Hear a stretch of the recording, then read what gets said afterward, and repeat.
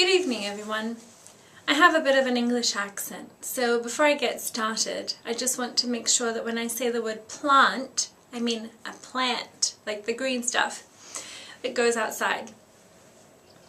So I'd like you for the moment to visualize a plant, a beautiful plant out in nature. It's receiving all the beautiful, bountiful sunshine it can get. It's a beautiful summer or spring day. The plant, whatever you decide, whether it's a flower, a potted plant, or even an orchid, it's swaying in the beautiful wind. It's embedded in the most nutrient-rich, top-quality soil the earth can provide. And it receives bountiful rain as all that it needs to thrive. It's just a happy, beautiful plant. It has everything it needs to do its job, which is to thrive, to flourish, and to blossom. Now that you have this gorgeous image in your mind's eye, I want you to take this image of this plant and transport it into a closet. This closet has no walls. It could even be as small as a broom closet. It is pitch black.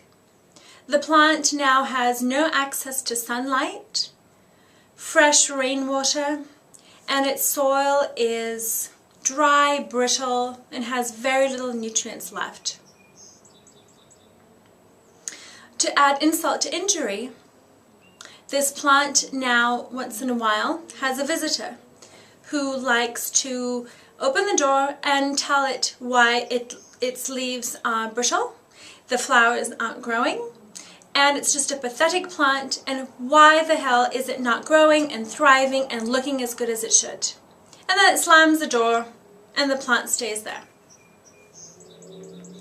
This, ladies and gentlemen, is what I believe is happening to thousands of employees in hundreds of companies in so many different countries worldwide. And it's time that it stops. It's insane to expect that that same gorgeous plant, when it has all the basic essentials to thrive, the sunlight, the top nutrient soil, the rain and the breeze, and it's surrounded by beauty, and it has everything to thrive. It's impossible and insane to expect that when you put it in terrible conditions, absolute opposite conditions, that it would have any way of producing the same results. And this is what's happening in companies all the time. And it's time for a paradigm shift. And that paradigm shift that I'm here to talk about is that it's time for companies now to realize that cultivating cultures of wellness in their company is no longer a luxury. Rather, it is a necessity. It is a necessity for their profits, for their bottom line, for their shareholders, to retain their best and top qualified employees. It's a necessity for creativity, for the innovation in the company, for the company being a cut above the rest, being cutting edge in terms of what it's doing in the marketplace, and being a leader and not just a follower. It's time to take a different approach. And I'd like to ask all of you here, when was the time when you felt happiest and most productive at work? When you have that image, please raise your hand, and I'd like a couple of you to share.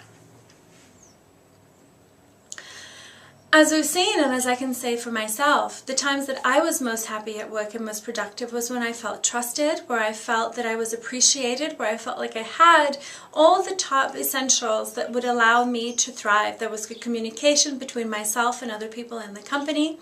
I felt like my well-being and a certain level of balance in terms of work life was encouraged. You know, we also had a sense of community. We had a soccer team, we had a company baseball team, we had potlucks. I mean, it was just really a sense of community, and we really went above and beyond to do our best, because that is who we are for most of us at work. We want to thrive, we want to blossom, and we want to do that in tandem with the company. It's not just about us, but it has to be a collaborative effort, right? So what's happening today, I find, and for some of you it might be happening right now, and for others it's been in your past career, that you felt overworked, overburdened, overtired, overstressed, and you just couldn't see the forest for the trees. You know, there were just way too many hours that you had to work. There was just too many demands and pressures on you, and you were really struggling. And even if there was a company program or a corporate wellness program that encouraged you to exercise or to, you know, there were added perks, you just didn't have the time. Or maybe the company, even though it gave you some of these perks, the real focus was on, you know what, you've got to reach your numbers or your deadline or whatever it is. And if it meant that you had to work 10, 12, 14-hour days or even on the weekends and just keep that up, that was just the way it was going to be. So yes, you have that great program to exercise or take care of yourself, but you know what, the company, ultimately, its priority was on you getting your work done and getting whatever it took to do it, versus finding a way to incorporate both into your life so you had a little bit more balance, right? So what I'd like to suggest is that now it's really time for us to create a shift. And this is an opportunity now for companies to start focusing on cultivating cultures of wellness and to create a different way, right? Because I remember what makes me qualified to talk to you about this. Well, I was a disgruntled worker. I was at my last corporate position, I was an assistant vice president at a top international investment bank working in the corporate event planning division with a roster of anywhere from 6 to 10 events happening all at once. And I had what I call my 9 a.m. tequila shot visions.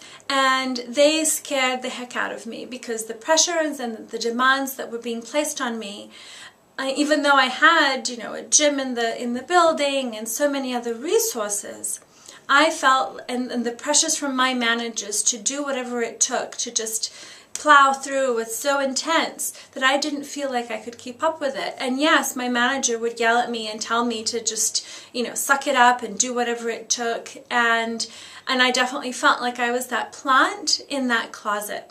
That yes, I desperately wanted to shine, I wanted to thrive, I wanted to do the best I could, but no matter what I did, it never seemed to be enough. I was falling behind, and ultimately it just didn't turn out to be a good situation for me, my health and my overall well-being. It was a terrible boost to my confidence, and I felt pretty lousy, and it took a while for me to kind of regain my sense of self-worth and self-confidence, but that was me. So in this day and age, I don't want you just to take my word for what it takes to create a culture of wellness and cultivate a culture of wellness in your luxury brand and in your company. Fortunately for us, there have been multiple studies and statistics that exist out there that support that happy, healthy workers lead to happy, productive, robust, profitable companies, and that can be the case for your luxury brand as well, and that is what I want for you. And this is the next step. This is the step above. This is what will take, I think, your brand to the next level. And as I will proceed and mention later, it doesn't have to take a lot. It doesn't have to cost a fortune, and it might be as simple as just starting from where you are and using some common sense, right? So let's go a little bit to some of the irrefutable research and really exciting research that already exists. And I want to start with my encounter with the January issue of the Harvard Business Review magazine. I was in the subway and I saw this huge happy face on the cover of the Harvard Business Review magazine, and it said, "How well-being drives profits."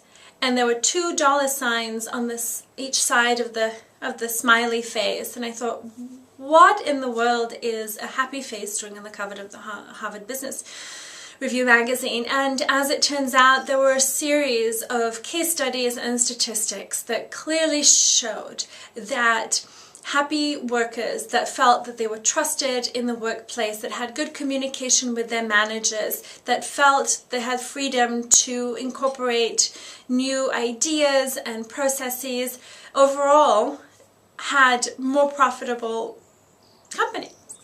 You know, and that's the new model. It's the new paradigm shift.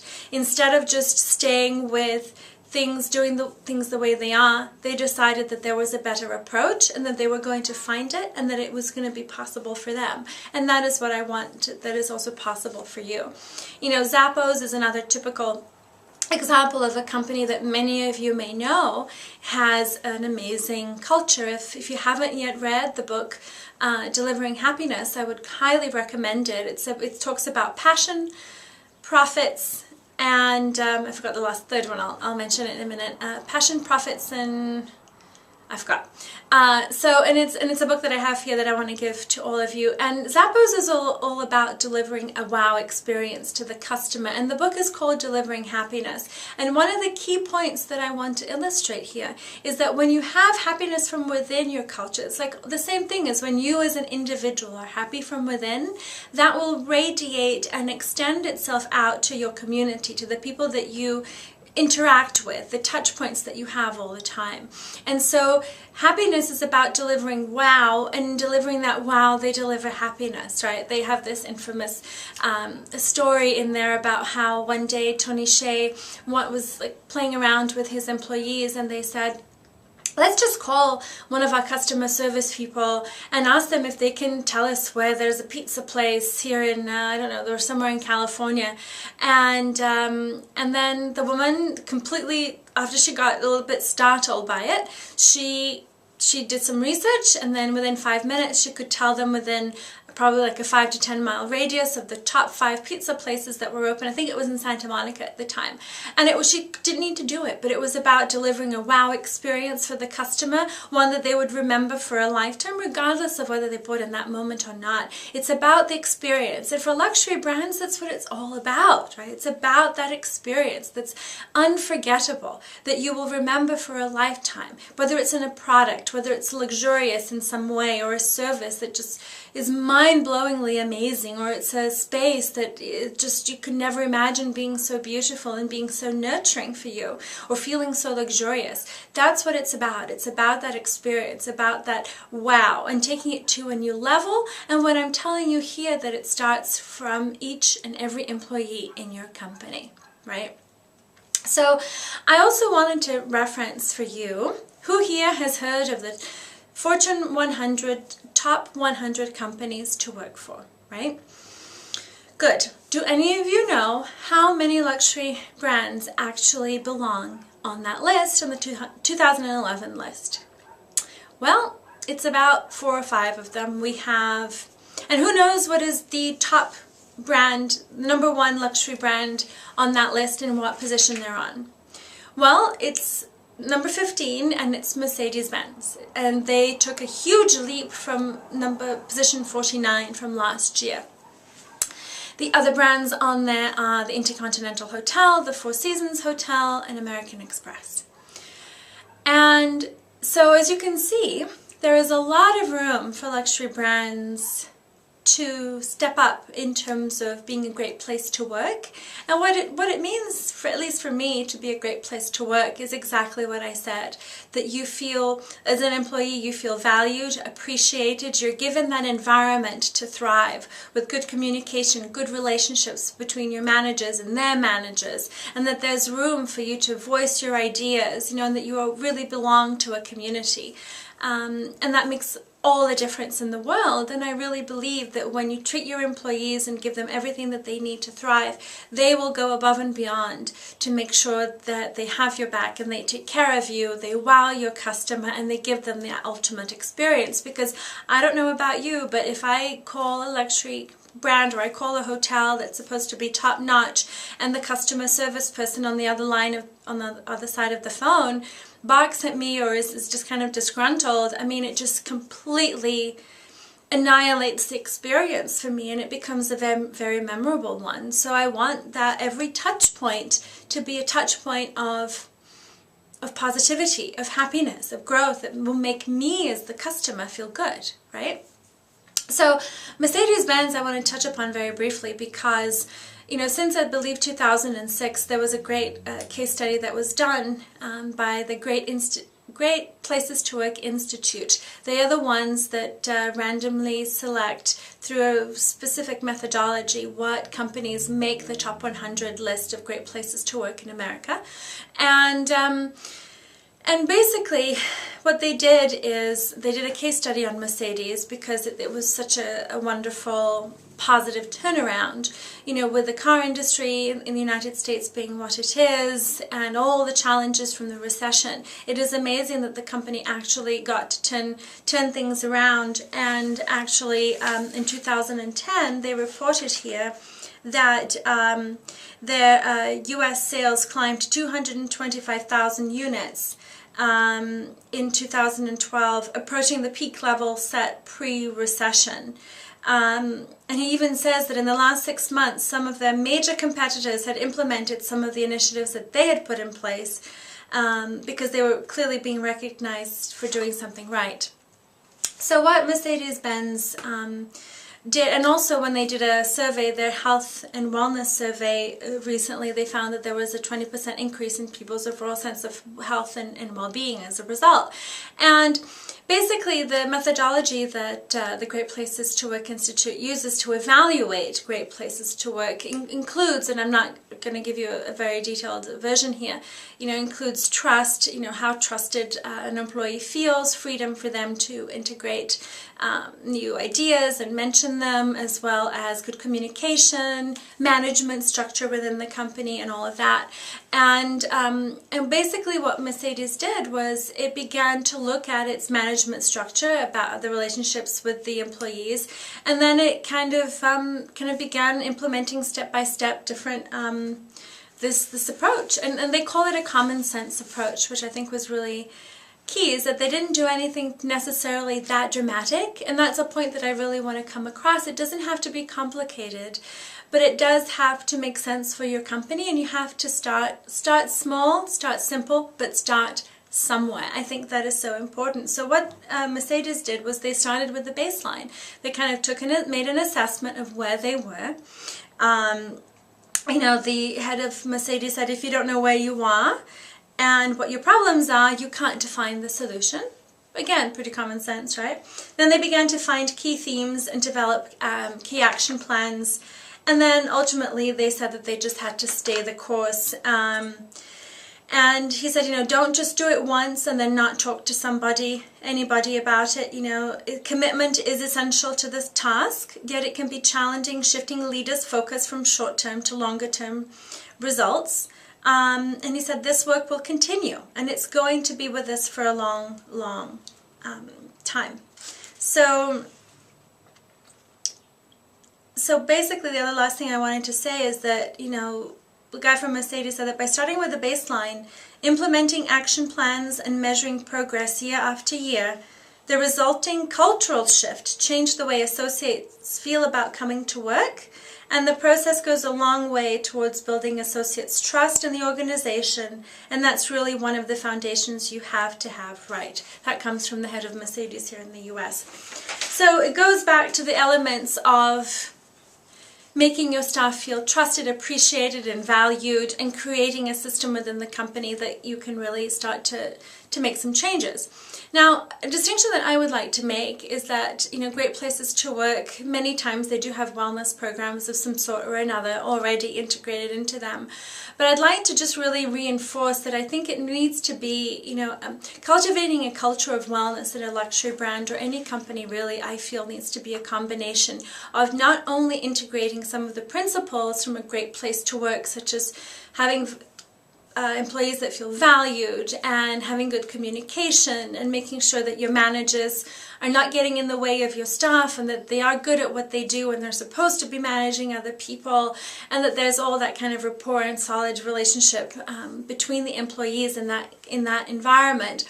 But then also the wellness component of fitness programs, smoking cessation, and also giving your employees the permission and encouragement to go after these corporate wellness programs, I think is so important, because it can be so easy just to have it there and just, well, you know, go to it whenever you want. But I think it needs to be fully integrated so that it's a part of So people feel encouraged and motivated to take on their wellness that's beyond, and I think it's a symbiotic and a synergetic approach, that being valued as an employee and then also being encouraged to take care of your wellness is really important. It should be a marriage, in my opinion.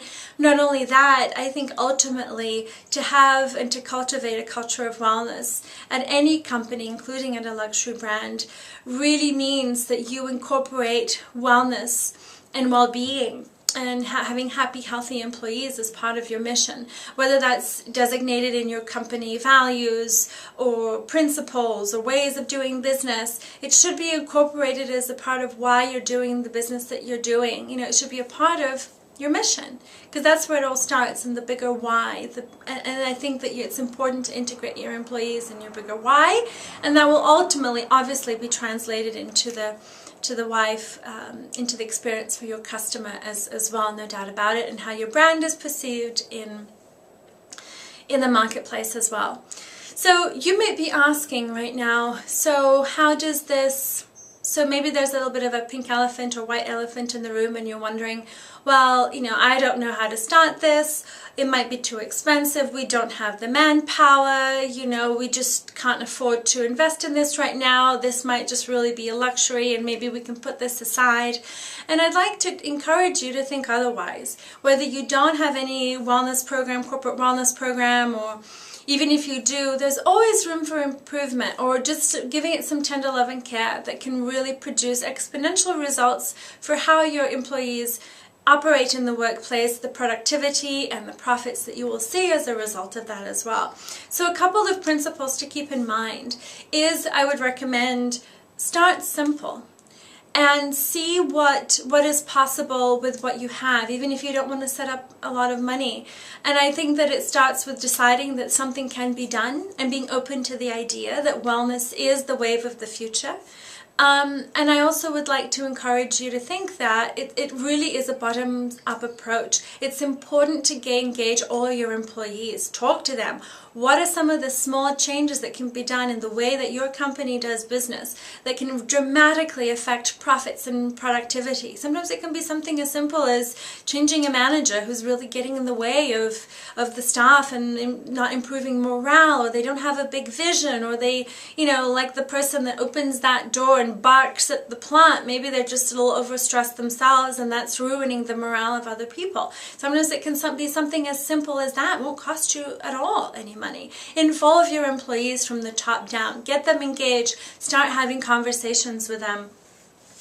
And the other thing that I would say is that it's also important to look at this and integrate wellness as a part of your short, medium, and long-term strategy. That you may not see the results all together all at once. And it's kind of like going to the gym. If you go to the gym once, it's not going to make a change. You have to consistently build that muscle. You have to consistently go about it. And there are always some sorts of metrics that you can use. It depends on the company, really. Sometimes it can be through, you know, a survey, the annual survey of how the staff feels. There are definite ways to measure how people are feeling happy and healthy at the workplace. So those are some very simple, basic ideas. And before we close, I just really want to emphasize that what Benjamin Franklin said, which is that an ounce of prevention is worth a pound of cure. And we really don't want to get to a place where a brand is struggling, its employees are disheveled, disgruntled, completely overworked, almost like bankrupt in terms of productivity. There's not much that you can squeeze out of them. And rather, I would really encourage you to look at proactive ways that you can improve your profits, increase your profitability, and the overall sense of well-being that you yourself have at your job by looking at incorporating wellness into your program. And when I say wellness, I don't mean just a corporate wellness program in terms of fitness, but happiness, overall sense of well-being, having a good quality experience at your job. I'm not trying to be utopian and say that, you know, work doesn't have its pressures and it'll always be hunky-dory.